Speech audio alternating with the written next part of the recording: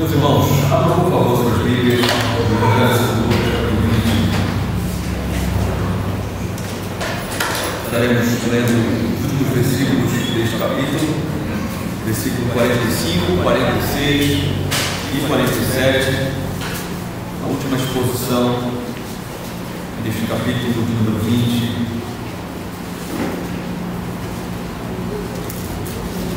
Enquanto os irmãos abrem as Bíblias, quero transmitir para vocês, antes que eu esqueça, o abraço de dois pastores. Primeiro, o pastor Gabriel Mendes, pastor da igreja congregacional lá em Nova Cruz, Nova Santa Cruz, Santa Cruz do Capibaribe.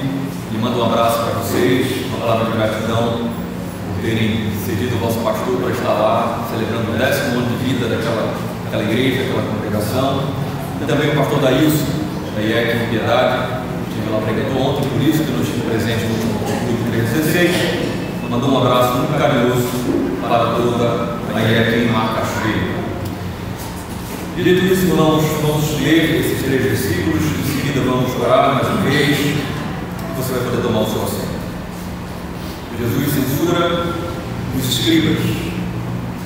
Quando todo o povo estava ouvindo, Jesus disse aos seus discípulos: cuidado com os escribas, que gostam de andar com vestes talares e muito apreciam as saudações nas praças, as primeiras cadeiras nas sinagogas e os primeiros lugares nos banquetes. Eles devoram as casas das viúvas e, para os justificar, fazem longas orações.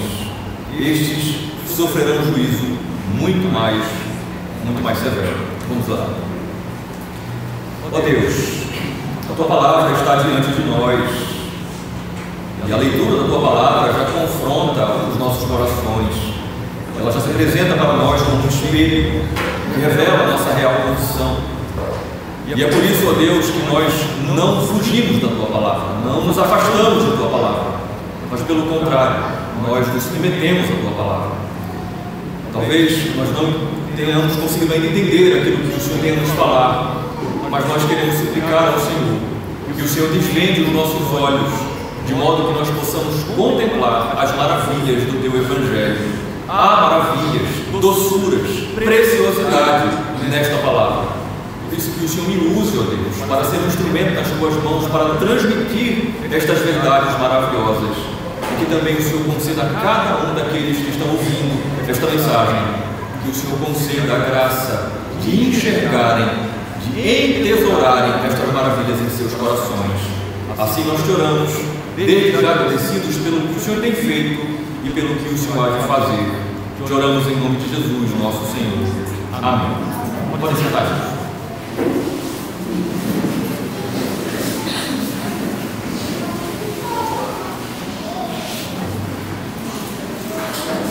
Talvez uma passada de vista rápida nesta passagem, alguém possa pensar que é apenas um registro histórico que está aqui no Evangelho, de algo que o Senhor falou à igreja lá no primeiro século, na primeira metade do primeiro século. Porque, afinal de contas, os escribas, esses líderes religiosos, os quais o Senhor está exortando a sua igreja, aos seus discípulos a terem cuidado, eles ficaram lá, não existem mais.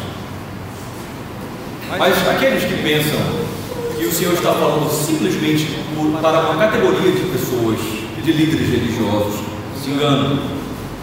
Esses escribas, junto com os fariseus, segundo o Evangelho de Mateus capítulo 23, representam uma classe de pessoas, os religiosos, mas não quaisquer religiosos, os falsos religiosos.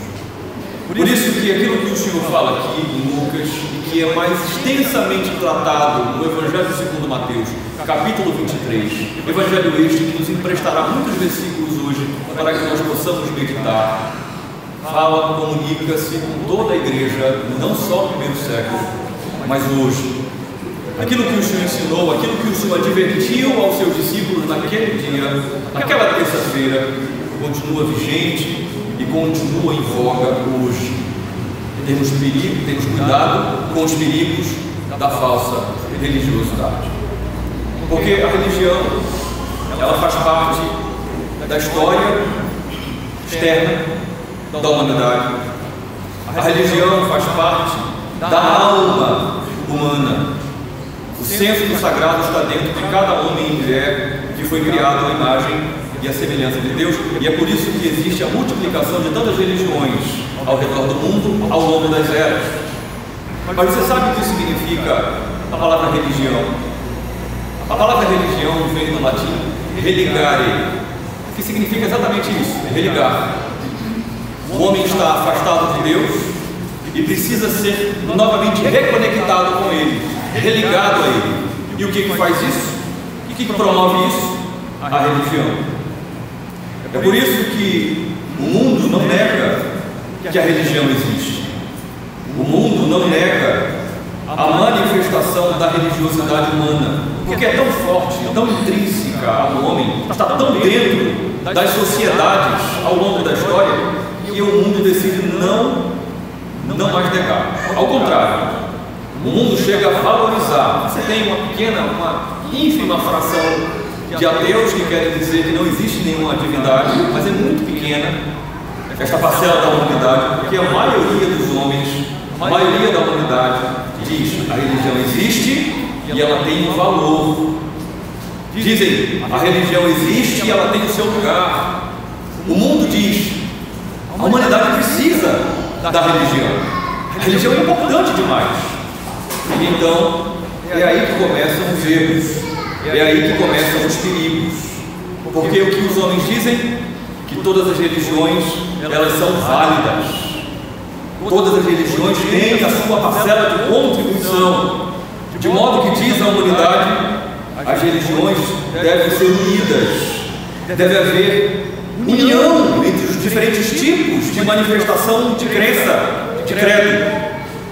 É o que nós comumente costumamos chamar de ecumenismo religioso. É a união, a harmonia entre as diversas religiões, apesar das suas diferenças. Aí está o perigo. Porque qual é o resultado? A proliferação de falsos deuses, falsos ídolos, que são projetados pela mente dos homens. A proliferação de falsos ensinos, de falsas práticas religiosas. A proliferação de falsas religiões. E essas falsas religiões, que são manchadas pela presença do pecado, ao invés de aproximar mais as pessoas de Deus, afasta as pessoas de Deus, como nós vamos ver hoje. O Evangelho hoje traz para nós um precioso ensino, que nos instrui, que nos ensina a combater as falsas religiões. Combater as falsas religiões, tanto dentro de nós, porque Calvino muito bem disse, dentro de cada um de nós existe um pequeno papa, como também nos ensina a combater as falsas religiões na vida daqueles que eventualmente nos cercam, daqueles que eventualmente se aproximam para nós, nos propondo uma nova manifestação religiosa, mesmo dentro do cristianismo. O contexto é aquele que vocês têm acompanhado nas exposições desse capítulo 20. É a terça-feira da última semana de vida do nosso Senhor. Mas lembrem-se, Jesus tinha acabado de confrontar a falsa teologia, a falsa doutrina dos escribas, dos fariseus, quando ele levanta uma questão teológica ao qual eles não podem responder. Agora, depois de ter mostrado que a teologia, que a doutrina farisaica, legalista era falsa, ele vai agora expor que a conduta religiosa corrompida desses líderes também é falsa. Aqueles mesmos líderes que vinham sistematicamente perseguindo Jesus, eles seriam expostos definitivamente. Já foi exposta a sua falsa doutrina, agora será exposta a sua falsa religião, a sua falsa conduta religiosa. Enquanto Jesus confrontava eles fazendo uma pergunta cuja resposta denunciava que a sua doutrina era falsa, deixando esses homens sem ter o que falar. Lembre-se, Marcos 12:37 diz que de outro lado a grande multidão ouvia Jesus falar com prazer. Lembram? E é nesse contexto, na verdade, nesse exato momento que se inicia o versículo 45, a primeira parte. Quando a multidão estava ouvindo Jesus com prazer, com atenção, quando todo o povo estava ouvindo, Jesus se dirige aos seus discípulos. Onde é que Jesus está? Você lembra? Ele está no templo, mais especificamente ele está no átrio dos gentios, aquele lugar do templo onde qualquer um poderia permanecer. Por causa disso, era o lugar mais movimentado do templo, onde tinha a maior concentração de pessoas. Ele está naquele lugar onde os fariseus e os escribas ensinavam, discursavam a lei para as multidões, incluindo os gentios. Então era o lugar mais populoso do templo, ao mesmo tempo era o reduto, a casa dos seus opositores, dos escribas, dos saduceus e dos fariseus. Mas nada disso vai impedir Jesus de falar o que ele está prestes a falar. É interessante, irmãos, que Jesus sabe, e o evangelista Lucas faz questão de registrar isso. Ele sabe que todo mundo está prestando atenção naquilo que ele está dizendo, todos estão ouvindo, e mesmo assim, mesmo Jesus sabendo que todos estão ouvindo, fariseus, saduceus, escribas, gentios, todo tipo de gente, mesmo assim, ele não vai medir as palavras para dizer a verdade, para dizer o que ele tem a dizer publicamente. Mas observe com atenção o que está acontecendo. Todo o povo está ouvindo Jesus. É isso que diz o início do versículo 45. Mas ele não vai falar para todo o povo nesse momento. Novamente Jesus vai se voltar para instruir os seus discípulos. Ele vai voltar-se para instruir a sua igreja. Então surge uma curiosidade. Se Jesus sabe que todo mundo está prestando atenção no que ele está dizendo, inclusive os seus opositores, mas ele tem a intenção, o propósito de se dirigir exclusivamente à sua igreja, se ele queria de fato falar exclusivamente aos seus discípulos o que ele tem para dizer, por que ele não se retirou para um lugar particular para fazer isso? Para se dirigir apenas exclusivamente aos seus discípulos, à sua igreja? Por que eu pergunto isso? Por que eu levanto essa questão? Porque o Evangelho está nos ensinando coisas aqui. Se Jesus tivesse feito isso, como ele fez em outras poucas ocasiões, chamar os seus discípulos para um lugar particular para conversar com eles, ele teria evitado uma série de problemas, uma série de complicações com seus opositores. Mas por que mesmo ele sabendo que ele iria gerar uma série de complicações ainda piores daquelas que ele já estava enfrentando, por que ele se dirige publicamente para que todo mundo ouça o que ele tem a dizer, mesmo que fosse exclusivamente para a sua igreja? A resposta é simples e nós vamos encontrá-la no Evangelho. Porque o que Jesus tinha para dizer, a instrução que ele tinha a dar para a sua igreja era para ela. Porém, todos aqueles que estavam sendo testemunhas das perseguições que estavam vindo sobre Jesus deveriam ouvir. Lembram como isso começa? Como esse capítulo 20 começa? Ondas de perseguições, de perguntas para tentar fazer Jesus cair. E Jesus se livra de todos. E no fim, ele desconstrói a imagem teológica daqueles falsos líderes, daqueles opositores, com uma pergunta. A sua teologia já está desacreditada diante da multidão. Agora Jesus, para cuidar dos mais frágeis, para revelar a verdade do Evangelho àqueles que estão ali sendo guiados por uma religião falsa, ele vai falar para que todos ouçam, ainda que isso cause dor, ainda que isso traga desconforto para os seus opositores. E isso é muito didático para você, crente. Mas, para que a mensagem não fique muito longa, eu quero me dirigir ao contexto especial aqui. Liderança, aqueles que foram chamados para estudar a palavra, os pastores. Isso que Jesus está fazendo aqui é muito didático para mim. Deve ser muito didático para todos os ministros do Evangelho, ou aqueles que são vocacionados, que se sentem chamados para este ofício. Porque a verdade é esta, de fato e de verdade. Pastores devem ser discretos. Pastores devem ser cuidadosos no falar. Para quê? Para preservar o rebanho. pastores devem sofrer calados, muitas vezes, até injúrias, para que a igreja não sofra. O pastor sofre para que o rebanho não sofra, para preservar a igreja do sofrimento. No entanto, há momentos em que o pastor precisa falar, há momentos em que o pastor precisa tratar publicamente de situações que vão trazer sofrimento para a igreja. Observe o contexto de Cristo. Não era politicamente correto o que ele estava prestes a fazer, não era. Não havia nenhuma circunstância favorável. Ele estava no lugar mais desconfortável possível, era o reduto dos seus opositores. Ele estava cercado não só por judeus, mas também por gentios.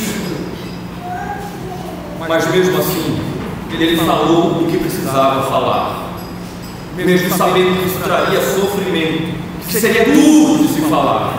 E ele fala: cuidado com os escribas, cuidado, outras versões dizem, com os mestres da lei. Você sabe, você lembra, esses homens eram os responsáveis, junto com os fariseus, eles eram os responsáveis pelo estudo, pela interpretação e pela aplicação da lei de Deus. Eram os teólogos da época. Jesus está dizendo: cuidado com eles.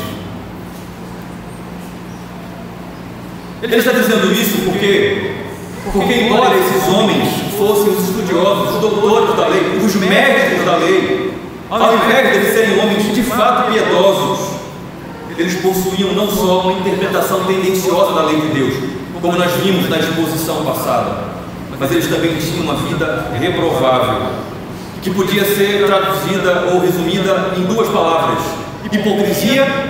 Eles eram atores, eles demonstravam uma coisa, mas a vida deles era outra por trás, as suas intenções, e eles eram, infelizmente, profundamente gananciosos. Profundamente gananciosos. E daquela lista apresentada em Mateus 23, o evangelista Lucas, inspirado e conduzido pelo Espírito Santo, ele seleciona apenas duas características que resumem essas duas facetas desses líderes religiosos: a hipocrisia e a ganância.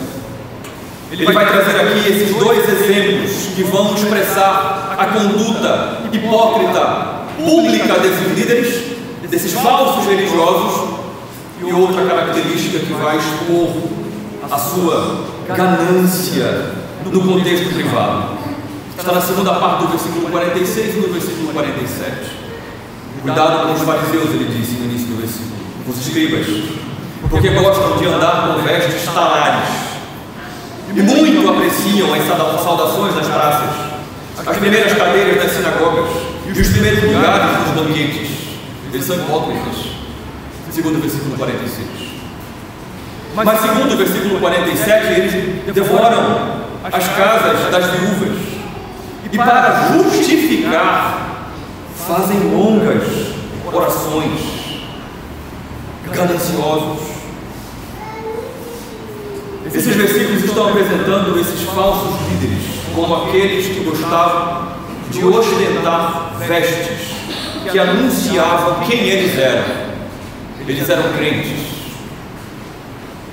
Mas eles não só eram crentes, as suas vestes não denunciavam apenas que eles eram crentes, eles eram líderes na casa de Deus.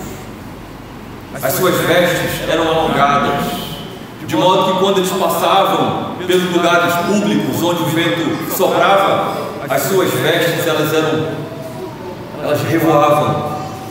Os filactérios que eram pendurados na frente da sua testa para mostrar que ali estavam os doutores, os mestres da lei, aqueles que conheciam a fundo a lei de Deus, eles eram alargados, eles eram colocados em evidência para mostrar, para ostentar: ali estão os líderes da casa de Deus.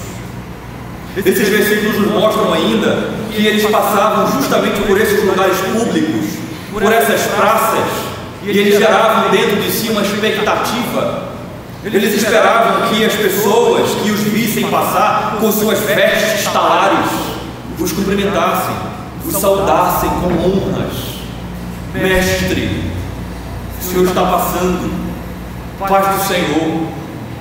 Eles gostavam disso. Na verdade, o Espírito Santo usa o evangelista Lucas para dizer que eles muito apreciavam, e a palavra grega é filonton, de amar. Eles amavam isso. Eles achavam isso muito prazeroso, muito agradável. Vestir aquelas roupas que mostravam que eles eram os pastores, os teólogos, passar e ser reconhecido, mestre, pastor, a paz do Senhor. Eles achavam que isso era muito prazeroso, muito agradável. Mas eles não amavam só serem reconhecidos como mestres. Eles também amavam se sentar num banco que ficava em frente à arca, lá na sinagoga. A arca que era o símbolo da presença de Deus. Eles gostavam de sentar num banco que ficava de frente para a arca, num lugar que era o lugar mais visível diante de toda a congregação, mais ou menos assim. E era um lugar especialmente separado para os líderes da igreja. Eles amavam se sentar. Isso para eles era agradável, era prazeroso. Mas esses versículos dizem ainda que quando eles eram convidados para algum jantar, para algum banquete, eles também amavam outra coisa: os lugares mais próximos da cabeceira da mesa. E não era para pagar a conta. É porque os lugares à direita e à esquerda do dono da casa, do anfitrião, eram os lugares de maior honra. Eles amavam se sentar nestes lugares para demonstrar diante dos outros que eles eram honrados pelos donos daquela casa. Esses dois versículos de Lucas traduzem bem o resumo da vida pública desses falsos líderes religiosos. Mas eles, enquanto agiam assim publicamente, eles também tinham uma outra forma de agir que era mais particular, que era mais privada. Eles se aproveitavam da posição de liderança que tinham para devorar, e o verbo aqui é consumir como fogo, para devorar as casas. E é interessante que nossas traduções da língua portuguesa traduzem por casa uma palavra que significa propriedade particular de alguém, os bens pessoais de uma pessoa. É isso que significa. Eles aproveitavam a condição de liderança, de proeminência religiosa que eles tinham, para particularmente consumir todos os bens pessoais daquelas que não tinham mais a seu favor um marido, que não tinham mais a seu favor filhos, que pudessem defender os seus direitos. Eles se aproximavam das viúvas numa atitude de pura ganância. Meu Deus! E para justificar ou disfarçar, como traduz a Nova Versão Internacional, porque é isso que a palavra significa, disfarçar, inventar algo para ocultar o motivo real. Eles estavam lá para sugar as propriedades daquelas viúvas, mas para disfarçar eles impetravam grandes e longas orações, dirigiam a sua conduta, a sua fala a Deus, mas com o propósito apenas de ocultar o que estavam fazendo, sugando as propriedades, os bens pessoais daquelas viúvas indefesas. De modo que tanto o evangelista Lucas como Mateus afirmam, pelas palavras de Jesus, que a sentença é clara.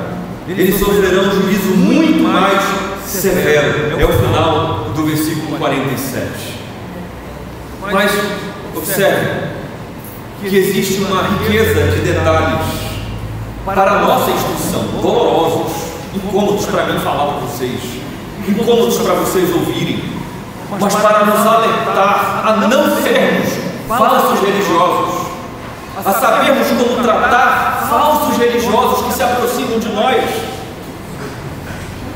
Mateus 23 nos apresenta a realidade de que a vida destes líderes religiosos era resumida a oprimir as pessoas com exigências insuportáveis, de modo que eles mesmos não moviam um dedo sequer para cumprir aquelas exigências, para aliviar o fardo, como traduz a Nova Versão Transformadora, dos seus liderados. Eles oprimiam as pessoas com exigências insuportáveis. E eu quero fazer aqui uma observação que é interessante. que essa passagem de Mateus 23, versículo 4, ela é mal interpretada por muitos crentes. Tem crentes que pensam, que olham para essa passagem e diz que as exigências do Evangelho que são pregadas pelo pastor, elas são opressoras. Há crentes que pensam que o pastor, quando prega o Evangelho publicamente aqui ou particularmente no aconselhamento, na exortação, pensam, esse padrão que o pastor quer é muito alto, é um padrão irreal. Esse pastor acho que está meio fora da realidade. É porque talvez seja um pastor que não tem muito conhecimento teológico, sempre tem uma desculpa. Ou então seja porque esse pastor é muito novo no ministério ainda, é imaturo. Mas o fato é que esse padrão aí, esse padrão está muito alto. Alguns pensam, o pastor que está pregando as exigências do Evangelho, que confronta o pecado, ele está, na verdade, querendo que tudo na igreja seja do jeito dele. Ele está querendo inventar moda. Esse pastor está fazendo o que o pastor anterior, que talvez o próximo pastor não vai fazer. Alguns pensam que os pastores que pregam fielmente as exigências do Evangelho estão sendo tiranos, soberbos, arrogantes, contenciosos, belicosos, causadores de problema. Mas não é isso que está acontecendo aqui em Mateus 23, 4. Quando Jesus diz que eles oprimiam as pessoas com exigências insuportáveis, de modo que eles não moviam um dedo sequer para cumprir estas exigências, para aliviar o fardo que estava sobre eles. Na verdade, é Cristo reprovando a distorção que esses homens faziam da lei de Deus. É justamente os falsos preceitos religiosos, as falsas exigências religiosas que não estavam na lei de Deus, mas que eram inventados por eles, para que a igreja conduzisse-se de acordo com os seus interesses pessoais. Cristo não está reprovando aqui a palavra de Deus, as exigências do Evangelho, de forma alguma.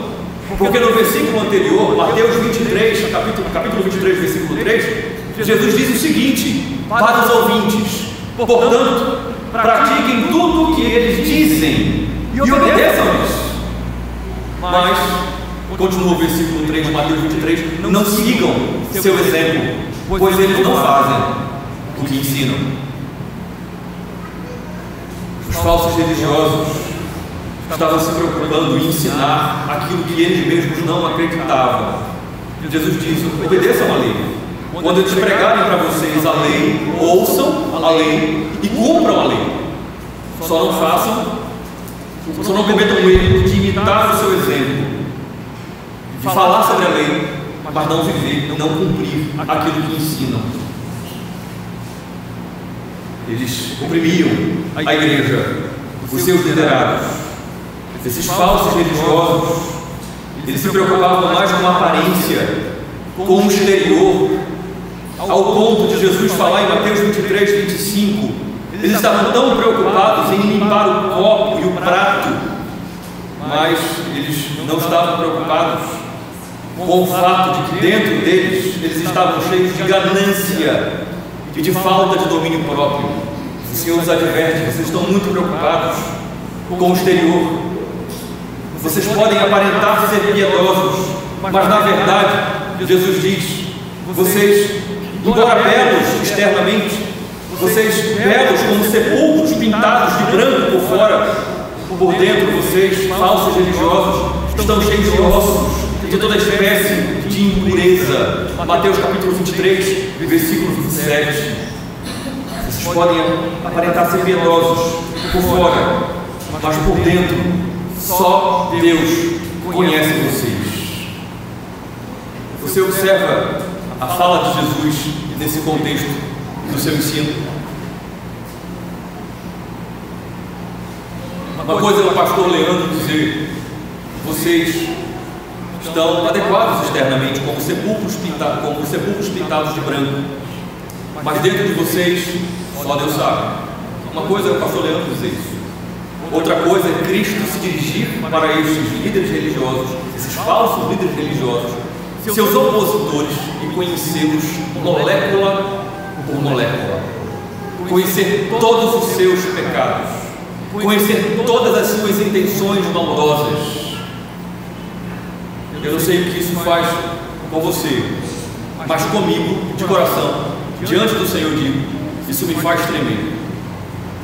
Porque é Cristo falando comigo por meio do seu Evangelho, dizendo: pastor Leandro, você pode estar muito adequadamente pintado por fora, como um sepulcro pintado de branco, mas dentro de você, eu conheço você.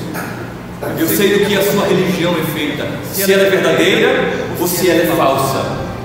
Isso deve de fato me fazer refletir, olhar para o Evangelho, sondar o meu próprio coração e colocar a palavra de Deus como espelho para olhar como eu estou por dentro. Isso também deve ser feito com cada um de vocês. Vocês também devem refletir. Cristo está falando com você. Ele está falando que conhece você por fora, mas também conhece você por dentro. E Ele está dizendo para mim, Ele está dizendo para você: não se importe em limpar o copo e o prato antes de limpar o seu próprio coração, a sua própria alma. Antes de você se importar em colocar o paletó, a gravata, o que quer que seja, antes de você se preocupar em aparentar ser um homem ou uma mulher piedosa, se preocupe em primeiro olhar e sondar o seu próprio coração. Faça como Davi, inspirado pelo Espírito Santo, suplique a Deus: Deus, me ajude, sonde-me, prove o meu coração e veja se há em mim algum caminho mau. E quando o assunto é o evangelismo, pastor, o Senhor disse para eles: aqueles que praticam uma falsa religião, eles são capazes de correr o mundo inteiro se esforçando para fazer um prosélito. Aqui no caso dos judeus, dos fariseus, saduceus, escribas, um discípulo. No caso do pastor, do presbítero, do diácono, do crente, o falso religioso, ele pode correr o mundo inteiro se esforçando para fazer um prosélito, um discípulo, e ele pode até conseguir fazer. Mas se ele é um falso religioso, se ela é uma falsa religiosa, preste atenção nisso. O que esse novo discípulo vai aprender do seu mestre, pela falsa religião, que distorce a doutrina do Evangelho, que distorce a conduta, a prática do Evangelho, o que esse novo discípulo vai aprender, acaba por torná-lo 2 vezes mais filho do inferno do que os seus próprios mestres. Isso está em Mateus 23, versículo 15. Veja, esforço para correr o mundo inteiro para ganhar a alma e para ensinar essa alma a viver a falsa religião. Se esforçar com todas as suas forças para produzir um filho, uma filha do inferno. Ao invés de torná-los filhos de Deus, os falsos religiosos os tornarão filhos do inferno, filhos do diabo. Observe os perigos da falsa religião. Observe como uma falsa religião é terrível. Trabalham em nome de Deus, mas na verdade estão servindo ao diabo, produzindo filhos do inferno, nas palavras do Senhor Jesus Cristo. É isso que produzem falsos religiosos. Dessa forma, de Jesus, agindo dessa forma, todos os falsos religiosos estão fechando a porta do reino de Deus para que outras pessoas não o acessem, não entrem. Os falsos religiosos não entram no reino de Deus, nem deixam que outros entrem. Jesus fala isso em Mateus 23, 13. Ele está dizendo isso para esses falsos religiosos. É isso que vocês fazem. Ai de vocês, escribas e fariseus. E você pensa que não tem como piorar, mas tem como piorar. Além deles não entrarem no reino de Deus, além deles se esforçarem para fechar a porta e dizer: não, você não vai entrar no reino de Deus. Quando Deus envia verdadeiros servas para abrirem as portas do reino, os falsos religiosos, segundo Jesus, perseguem esses servos, maltratam esses servos e matam esses servos. E mais especificamente aqui em Mateus 23, dos versículos 29 ao 32, os ministros do Evangelho, os profetas, os pastores, os Os falsos religiosos se levantam contra os servos de Deus. Neste contexto, os profetas, no contexto aplicativo, os pastores, que querem de fato conduzir as pessoas ao reino, se levantam para perseguir, para maltratar e para matar.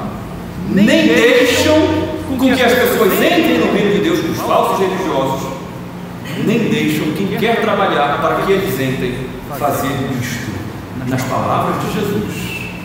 Mateus capítulo 23, versículo 29 ao 32. Mas veja a boa notícia do Evangelho. Jesus diz que apesar disto, apesar dessa resistência, dessa oposição dos falsos religiosos, Jesus vai continuar enviando. Ele diz isso. Mateus 23, 34. Eu vou continuar enviando os meus servos. E aí ele coloca o verbo no tempo futuro. Vocês vão perseguir, vocês vão açoitar, vocês vão matar, vocês vão crucificar alguns, mas eu continuarei enviando os meus servos, as minhas servas, trazendo para um contexto mais amplo, para que as portas do reino continuem abertas, para que as pessoas possam entrar. Quanto a vocês, falsos religiosos de Jesus, Mateus 23, 33, vocês que continuarão perseguindo, maltratando, matando, até crucificando meus servos, meus ministros, vocês não escaparão do fogo do inferno. Observe o que esta dura mensagem do Evangelho está nos ensinando nesta noite. Observe. E a propósito, eu quero perguntar a você: você veio para a igreja hoje para ouvir a palavra de Deus em oração? Lembrem-se que quando começamos o capítulo 20, eu encorajei você a vir ouvir a palavra de Deus debaixo de oração, para que mensagens assim falem ao seu coração e não encontrem resistência. Observe o que a mensagem do Evangelho está nos ensinando hoje. Está nos ensinando com todas as letras que o cristianismo não é ecumênico. O cristianismo ele não se une, ele não se harmoniza com falsas religiões, mesmo dentro do povo da aliança. Não. O Evangelho hoje está nos ensinando que não. A ideia de que todas as religiões têm algo de bom em ensinar não é verdadeira. Que cada uma das religiões humanas tem uma contribuição a dar à humanidade não procede. Que são só expressões diferentes, manifestações diferentes de religião. Essa ideia não é bíblica, não é evangélica. O Evangelho está nos dizendo hoje que Deus não institui várias religiões. Deus não levanta vários caminhos para levar o homem de volta a Ele. O Evangelho está nos dizendo hoje que existem falsas religiões e uma única verdadeira religião. Única, exclusiva. E deixa eu perguntar a você: se no mundo relativista, plural, líquido, que o que é agora já não é amanhã, como hoje eu e você vivemos, deixa eu perguntar a você, como crente em Jesus, se a minha fala é ofensiva ao seu ouvido. Eu vou repetir: o Evangelho está nos dizendo hoje que existem só dois caminhos. Todas as falsas religiões num caminho, e aqui eu não coloco para a minha esquerda de propósito, e uma única verdadeira religião estabelecida por Deus, única, exclusiva. Isso ofende você, seu ouvido cristão? O Evangelho está nos dizendo que Deus instituiu apenas uma religião, que Deus providenciou apenas um caminho, Deus providenciou apenas uma verdade, Deus providenciou apenas uma vida que leva o homem de volta a Ele. Quem? Cristo. Ele é a única religião verdadeira que nos leva a Deus. Cristo. É o que o Evangelho está nos dizendo hoje. Mas talvez alguém pergunte, alguém que está ouvindo essa mensagem pergunte: mas Cristo está no céu? Ele não está aqui, vivendo os nossos dilemas religiosos, a nossa luta para viver uma religião verdadeira. Como é que pode Cristo no céu nos conduzir de volta a Deus? Como hoje glorifica a Deus, sendo a nossa religião. Como? A resposta começa em Gênesis. Cristo faz isso como Ele vem fazendo desde os dias do Antigo Testamento, através da verdade do Evangelho, através das boas novas de salvação. É assim que Cristo, que é a nossa religião, nos reconecta, nos aproxima, nos liga novamente a Deus, de duas formas básicas. Duas. Primeiro, Cristo nos mostra que nós somos pecadores, debaixo da ira de Deus, e que só existe um único Salvador, que é Ele. Por isso, se você é crente, que está ouvindo a mensagem aqui, quer viver uma vida religiosa verdadeira, genuína, aprovada por Deus, a primeira coisa que você precisa fazer é reconhecer os seus pecados e reconhecer a Cristo como seu Senhor. Ah, pastor, eu já fiz isso no dia da minha conversão, inclusive eu já sou batizado, já sou batizada, então faça isso diariamente. Se você não reconhecer os seus pecados, se você não reconhecer Cristo como seu Salvador e Senhor, que dita as regras da sua vida, você não conseguirá desfrutar, expressar, viver a verdadeira religião evangélica, Cristo. Mas em segundo lugar, nosso Senhor, Cristo, nos apresenta por meio do seu Evangelho a sua vontade revelada, com um propósito só, no que diz respeito a nós: obedecer. Dizem os antigos que esse é o alfabeto do crente, 4 letras: obedecer. Se você quer viver uma vida frutífera na sua religião, se você quer de fato viver plenamente a única e verdadeira religião, você precisa se submeter, você precisa obedecer a toda a vontade de Deus revelada em sua palavra. Se você não se submeter a todo o Evangelho, a todo o conselho de Deus, você corre o sério risco de até estar vivendo a verdadeira religião num aspecto, mas está vivendo uma falsa religião em outros aspectos. Quando você relativiza a vontade de Cristo revelada em sua palavra. E aí já começa o pensamento da ovelha: pastor, esse padrão é muito elevado, é porque o senhor é muito novo no ministério, é por isso que o senhor está pregando desse jeito. Mas na verdade é muito difícil vivenciar isso de modo perfeito e pleno. E eu digo a você que é assim, claro que é. É por aquilo que você já sabe. É porque o pecado afetou todas as áreas da vida humana, mas a principal delas foi a religiosa, foi a religião. O principal dano que o pecado cometeu, causou, foi nos desligar de Deus, nos desconectar de Deus, por causa da nossa própria rebeldia, por causa do nosso pecado. Então pode ficar tranquilo e tranquila, que a coisa mais difícil que você vai experimentar nesta vida é lutar para viver uma verdadeira vida religiosa diante de Deus. É viver o Evangelho que converteu você e que santifica você. É isso que o Evangelho está nos ensinando hoje. O Evangelho está nos ensinando hoje que nós lutamos contra o pecado. É muito fácil olhar para os escribas e dizer, eu como pastor dizer, essa é a tendência, a inclinação pecaminosa do nosso coração, sermos falsos religiosos, adulterarmos a verdadeira religião, pegarmos Cristo e desconfigurá-lo, desfigurá-lo e fazer do cristianismo e do Evangelho qualquer outra coisa menos o cristianismo e o Evangelho. É isso que a palavra de Deus está nos ensinando nesta noite, querida, amada igreja que pertence ao Senhor Jesus Cristo. Se você não reconhecer que o pecado se levanta contra a sua vida de religião com Deus, se você não lutar contra a vontade da sua carne, e aí tem tudo a ver com o que nós ouvimos quinta-feira aqui, e eu quero encorajar você. Na próxima quinta, você vai vir essa quinta também, para o simpósio, mas na próxima quinta não deixe de vir estar aqui, se você puder, para ouvir sobre o mal que habita em mim. Se você não lutar contra a vontade da sua carne, serás meu irmão amado. Eu amo você, mas você será um falso religioso, uma falsa religiosa. Se você não lutar com todas as suas forças, se você não amar a Deus com toda a sua força, com toda a sua alma, com todo o seu entendimento, você será um falso religioso, uma falsa religiosa. Então, olhando para a mensagem evangélica e olhando para dentro de nós mesmos, surgem então as nossas responsabilidades.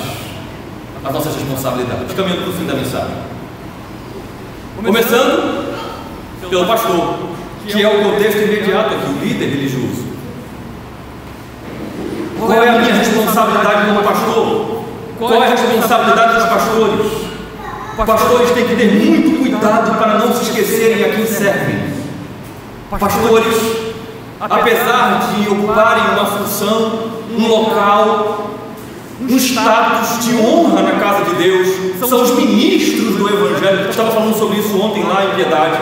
São dons, são dádivas, são presentes de Deus para a igreja, segundo Efésios capítulo 4. Pastores não são qualquer coisa. Os pastores, antes de tudo, são servos de Deus. Servos de Deus. Estão aqui apenas para fazer a vontade de Deus, que os vocacionou, que os comissionou muito antes deles serem concebidos no ventre de sua mãe. Por isso, ministros do Evangelho não podem, como servos de Deus, não podem manipular a palavra de acordo com os seus interesses, não podem. E é por isso que eu estou pregando essa mensagem hoje aqui. Estava confessando aqui o presbítero Jackson lá em cima antes de orar. Talvez essa tenha sido uma das semanas mais difíceis para mim como pastor, em termos de fidelidade à mensagem. Porque as 3 mensagens, na quinta-feira, de hoje de manhã, quem veio aqui sabe o que eu estou falando, e esta, muito duras. A sensação que a gente fica como pastor é aquela de que o filho precisa tomar aquele remédio que o médico mandou, mas é amargo. Embora vai fazer bem para o corpo, para a saúde, na boca é amargo. Mas o pai e a mãe que amam vão dizer: meu filho, é para o seu bem, tome, é amargo na boca, como o livrinho que João comeu, mas depois se torna doce. Pastores não podem manipular o Evangelho para se manterem numa condição de popularidade. Não, porque eles são servos de Deus. Eles não podem pegar a palavra de Deus como fizeram esses escribas e acharem a palavra é minha, eu posso manipulá-la. Não, de hipótese alguma. Mas também pastores não podem jamais usar a sua posição de autoridade para prevalecer sobre os mais frágeis. Jamais. Como fizeram aqueles líderes, aqueles falsos líderes religiosos, se aproveitando daquelas viúvas, se aproveitando do acesso que tinham à sua intimidade, à sua particularidade. Pastores não podem fazer isso, não podem se achar acima da igreja. É por isso que eu sou congregacional e pastor congregacional, porque eu sou membro desta igreja, deste corpo. Eu estou sujeito às mesmas normas, ao mesmo padrão que qualquer um de vocês, o mais novo convertido. Pastores não podem achar que estão acima da igreja, que estão acima das pessoas. Pastores não podem achar que podem se prevalecer da confiança que recebem, da intimidade que recebem. Em hipótese alguma, pastores devem fazer isso. Mas pastores também não devem perseguir os que querem viver a verdadeira religião. Pastores não devem fazer isso. Ao contrário, pastores devem orar para que o Senhor cada vez mais trabalhe no coração da igreja, para que tenha cada vez mais crente bereano na igreja. Pastor, veja só, o Senhor pregou isso aqui, mas olha sério, explique melhor isso aqui. Pastor, o Senhor tomou essa atitude, eu queria entender melhor, à luz da Escritura, essa atitude que o Senhor tomou. Pastores devem orar para que cada vez mais a igreja, as ovelhas do Senhor, tenham essa consciência de que a verdadeira religião, Cristo, o seu Evangelho, deve ser vivido nos todos os recantos da igreja. Do departamento infantil, porque são os mais novos, até o departamento da melhor idade. Pastores jamais devem se levantar contra isso, jamais. Mas pastores também não podem querer receber aquilo que não lhes cabe. Honra quem honra, né? É um texto que os líderes gostam, de fato. Devem ser dignos de dobradas honras, honorários, aqueles que presidem, se afadigam no ensino. Sim, isso é uma coisa. Outra coisa é pastores quererem o que pertence a Deus, que não lhes cabe. glória, reconhecimento. Isso não pertence ao pastor. Isso não pertence aos líderes religiosos verdadeiros. Isso pertence a Deus. Mas existe ainda uma última responsabilidade dos pastores, segundo o texto de hoje. Pastores não só têm que cuidar da sua vida, para que não sejam falsos líderes religiosos. Pastores também têm que lidar com falsos religiosos dentro da igreja. E nesse sentido, os pastores têm sim uma grande responsabilidade, que se equipara à sua própria, de sondar o seu próprio coração, que é combater os falsos religiosos, que se enfileiram, que se entrincheiram dentro da igreja. Pastores devem fazer aquilo que fazem no seu próprio coração, devem fazer as mesmas coisas contra aqueles que se levantam contra o Evangelho. Pastores não podem deixar que ninguém na igreja manipule a palavra de Deus de acordo com os seus interesses. Ninguém! É responsabilidade do pastor, do ministro da palavra, prezar para que a palavra de Deus não seja manipulada para garantir que o interesse particular de alguém seja defendido contra a palavra de Deus, contra o interesse do reino, contra o interesse do Evangelho. O pastor não pode fazer isso, não pode deixar. O pastor também não pode deixar que os que têm uma posição privilegiada na igreja, quer seja por razões financeiras, razões sociais, o que quer que seja, se aproveitem disso para manipular aqueles que são mais frágeis, em qualquer sentido da palavra, mais frágeis espiritualmente, emocionalmente, materialmente. O pastor não deve fazer isso, mas o pastor também deve estar atento, deve supervisionar, com o auxílio dos presbíteros, as fileiras da igreja, para evitar que pessoas em melhor situação, numa posição privilegiada, que gozam de confiança na igreja, que gozam de acesso, de intimidade, se aproveitem disso para tirar proveito próprio contra a causa do Evangelho. Pastores fiéis não vão deixar que pessoas assim, que falsos religiosos, se aproveitem dos mais frágeis. Mas ministros do Evangelho também não devem permitir que aqueles que querem viver uma vida de religião verdadeira sejam perseguidos. Nem o pastor deve perseguir, nem o pastor deve deixar que sejam perseguidos. Aqueles que prezam pela verdade, aqueles que querem que o Evangelho, que o reino de Deus avance, que as portas da graça sejam escancaradas para os pecadores. O pastor deve ser ferrenho, deve se empenhar para que estes verdadeiros religiosos desfrutem do ambiente mais saudável possível para desenvolver a sua verdadeira religião. O pastor não pode ser conivente, não. Infelizmente, esse irmão piedoso aqui está sendo perseguido, mas eu não vou mexer, porque senão eu vou entrar no bolo aí e vai sobrar para mim de forma alguma. Verdadeiros ministros do Evangelho defendem aqueles crentes verdadeiros que querem expressar a verdadeira religião na igreja, no corpo de Cristo. Pastores, por fim, devem se opor àqueles que querem receber aquilo que não lhes pertence. A glória, a honra, o reconhecimento não pertence ao pastor, mas também não pertence a mais ninguém na igreja. Mais ninguém, só Deus. O pastor deve zelar por isso, deve observar se há algum falso religioso ou falsa religiosa. Mas é só nessa área, pastor, deixa. Não, isso é contra a palavra do Evangelho. Não, deve prezar. Meu irmão, minha irmã, cuidado. Esse reconhecimento não pertence a você, essa glória não pertence a você, essa honra não pertence a você. Deixe de centralizar as coisas, deixe o povo trabalhar, deixe a glória de Deus, a multiforme graça, a sabedoria de Deus ser distribuída pela igreja. Hoje a gratidão é você, amanhã a gratidão é outro irmão, é a outra irmã. É assim que o corpo de Cristo, de modo dinâmico, funciona e trabalha, e não na mão de uma, duas ou três pessoas na igreja. Não. Pastores não devem ser coniventes, como eu falava ontem lá em Piedade, como aqueles que querem estabelecer na igreja, querem destruir a igreja e estabelecer os seus feudos, os seus lugares de domínio. Não. Mas não é só o pastor que tem responsabilidade à luz do Evangelho. Vocês, crentes, também têm responsabilidades pessoais. Cristãos também devem ter todo o cuidado para não se esquecer a quem servem. A doutrina que vocês têm foi dada a vocês pelo Deus que vocês servem. Vocês não podem adulterá-la. A prática religiosa em todas as áreas da sua vida, quer seja ligada à vida eclesiástica, quer seja ligada à vida familiar, quer seja ligada à sua vida de trabalho, você não pode adulterar isto. Você tem que seguir exatamente o que a palavra de Deus te ensina. Você deve viver exatamente como o Evangelho requer de você, porque você serve a Deus e você não pode se esquecer disso.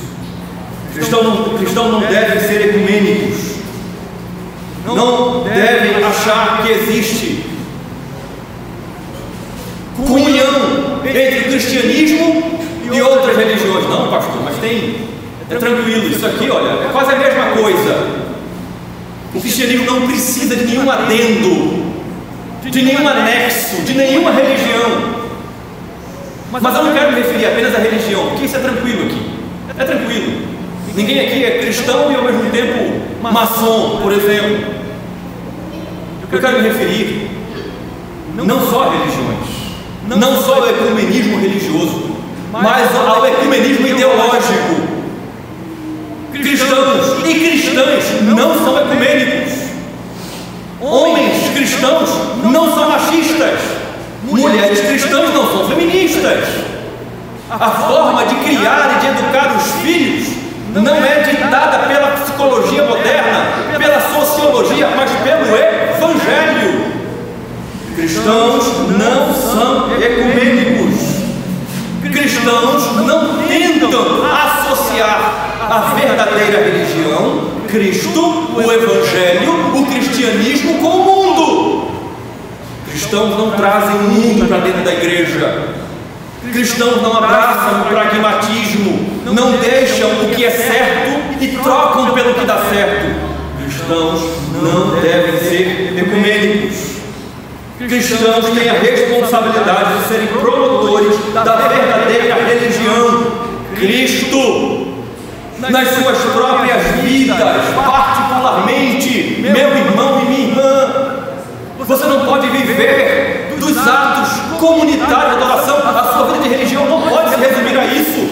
A quando você vem para a igreja, você não pode abrir a sua Bíblia apenas quando você está na igreja. Você não pode lembrar de fechar os olhos e orar a Deus apenas quando você está na igreja. Não! Você precisa promover a verdadeira religião no seu coração, na sua alma, na sua particularidade. Senão, você pode até ser um verdadeiro religioso, pintado de branco quando você entra por essa porta.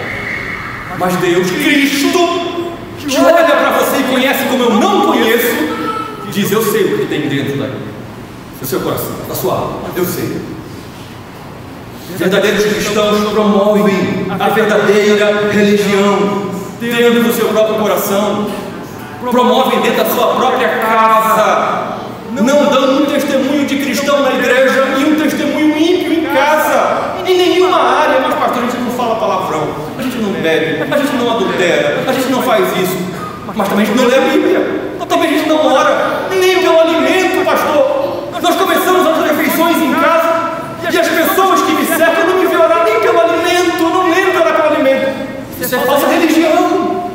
Verdadeiros cristãos promovem a verdadeira religião no seu lar, não só no seu coração, mas no seu lar, na sua igreja, na sua vida social, onde quer que esteja, vida social digital, vida social verdadeira, de carne e osso. Essa é a responsabilidade minha. Veja como a minha responsabilidade é dupla. Eu tenho a minha responsabilidade como pastor, como líder religioso. Continuo com a minha maior responsabilidade, que é muito superior à minha responsabilidade de pastor, que é a minha responsabilidade de cristão, de gemer, de chorar, de dizer: Deus, esse pecado, vence isso na minha vida, para que eu não seja falso diante do Senhor, para que eu não seja reprovado diante do Senhor. Me ajude para que eu possa ser um cristão melhor na minha casa, para a minha família. Me ajude, Senhor, para que eu seja de fato um cristão verdadeiro na minha igreja. associada à minha responsabilidade ministerial ou naquilo que eu faço na casa de Deus, mas de fato de coração. Verdadeiros cristãos choram por viver uma vida religiosa verdadeira, uma vida de fato evangélica, onde Cristo é formado dentro de si e brota para fora. Isso é evidenciado por meio de obras, como nós ouvimos hoje no Salmo 15. Cristãos também devem ser ferrenhos opositores das falsas religiões. Quais, pastor? Todas aquelas que quiserem tirar Cristo do trono, que querem dizer que Cristo é até uma boa religião, é até uma religião aprovada, mas aqui, junto dele aqui, cristãos verdadeiros não se calam diante disso, não só não aceitam, como combatem a falsa religião, mesmo que ela esteja dentro, enraizada do cristianismo. Doutrinas estranhas à Escritura, exigências ascéticas. Não pode comer isso para ser santo, não pode usar isso para ser santo, não pode fazer aquilo porque senão não é santo, porque se Jesus voltar e estiver usando isso, comendo aquilo ou fazendo aquilo outro, não sobe não, viu? Cristãos verdadeiros se levantam e denunciam o falso evangelho, a falsa religião, que quer pegar Cristo e quer colocar Cristo de lado, quer dizer que Cristo não é suficiente. Cristãos, por fim, não devem menosprezar nenhum aspecto da vontade revelada de Deus, a sua palavra, nenhum. Mas, pastor, aquela passagem que é o meu calo na Bíblia, que vai frontalmente de encontro à coisa que eu mais quero nesse mundo. Cristãos verdadeiros religiosos em Cristo, não rejeitam isso. Dizem, é de fato o aspecto do Evangelho que é mais difícil para mim, mas eu não rejeito, eu não nego. Eu oro e peço ajuda, me ajudem. Por favor, me socorra, Igreja do Senhor, para que eu não esteja sozinha nesta luta. Mas eu não renego nenhum aspecto do Evangelho. Sabe por quê? Porque é o Evangelho que me ensina a ser um verdadeiro religioso. É o Evangelho que me une a Deus. É o Evangelho que me conecta com Deus. Eu quero estar próximo de Deus, como nós ouvimos hoje. Eu quero habitar, eu quero ser reconhecido por Deus como digno, como digna, ser convidado a permanecer na sua santa presença. Eu quero isso. Então eu quero o Evangelho. Eu quero que o Evangelho me destrua, continue me desfazendo, desconstruindo a minha carne, o meu eu, o pecado que ainda habita em mim. Eu quero que ele me desconstrua, eu quero ser exortado, eu quero ser confrontado, eu quero ser alertado daquilo que eu faço, que é de encontro ao Evangelho. Porque todas as vezes que eu me submeto ao Evangelho, todas as vezes que o Evangelho faz isso na minha vida e eu me submeto ao senhorio de Cristo, eu estou mais ligado a Deus. Eu estou vivendo mais intensamente a verdadeira religião. Eu estou mais próximo dele. Eu estou mais próximo do céu. Eu estou mais longe de ser um filho ou uma filha do inferno. Eu estou mais conectado com aquele que é tudo para mim, o meu Deus. Que o Senhor, Espírito Santo de Deus, aplique a sua palavra aos nossos corações. Vamos orar. A tua palavra foi pregada com temor e tremor nesta noite, ó Senhor. A mensagem do teu Evangelho foi entregue. E agora eu suplico a Ti, Espírito Santo de Deus, que faça aquilo que eu, pobre e miserável pecador, não posso fazer.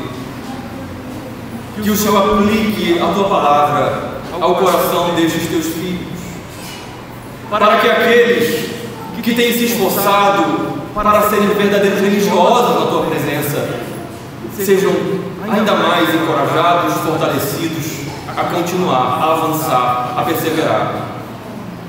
Mas também aqueles que eventualmente em alguma área, ou infelizmente em muitas áreas, têm sido falsos religiosos, que o Senhor possa aplicar com autoridade, com amor, a tua palavra nesses corações, chamando ao arrependimento os pecadores faltosos, para que possam mudar de atitude, se arrepender e possam experimentar, desfrutar de Cristo, a nossa religião. Que o Senhor faça isso no meu coração, ó Deus. Que o Senhor faça isso no coração do nosso conselho eclesiástico. Que o Senhor faça isso em nossa diretoria administrativa. Que o Senhor faça isso em todas as lideranças de nossa igreja. Que o Senhor faça isso no coração de todos nós, para que o Senhor olhe do céu um momento como este de culto e o Senhor encontre em nós pecadores, mas pecadores de fato, diante do Senhor, em humildade, em submissão, oferecendo ao Senhor um culto religioso que te seja aceitável, por de fato e de direito, na prática, sermos servos do nosso Salvador Jesus Cristo. Aplica a tua palavra aos nossos corações, é o que te peço em nome de Jesus. Amém.